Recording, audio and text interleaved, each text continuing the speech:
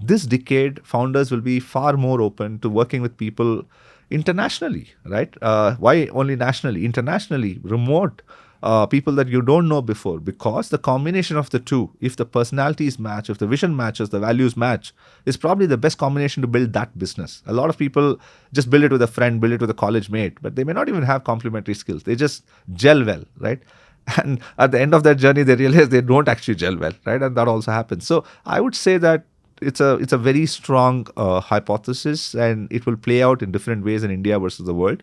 But we do strongly believe that it will play out. Yeah, I mean, so Backstage with Millionaires, which the registered company is Towards Ventures Private Limited. That's a great example of a situation where there was an Indian entrepreneur, which is my co-founder Prithvi, connecting with someone, me, a Canadian, who's very different from him, different culture, different mindset.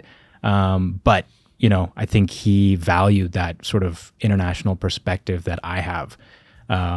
So I think that's something that we'll see more and more, Indian founders teaming up with co-founders that aren't Indian, either remotely via the internet or maybe physically. People are shifting over here. India becomes more and more of especially Bengaluru, becoming more of a place where foreigners feel comfortable living in. Although I would say that there's a little way to go in terms of infrastructure, but I think those things will be solved in time, hopefully. I think the whole concept of pairing up with people that you don't know, as well as pairing up with people internationally, I think in the next 20 years, as visas and, geographies become more accessible, I think that's going to happen any which way. And today, of course, while we don't do it as a process, I wouldn't be surprised if tomorrow Antler has a version where Antler Singapore, Antler Poland, and Antler India founders are pairing up.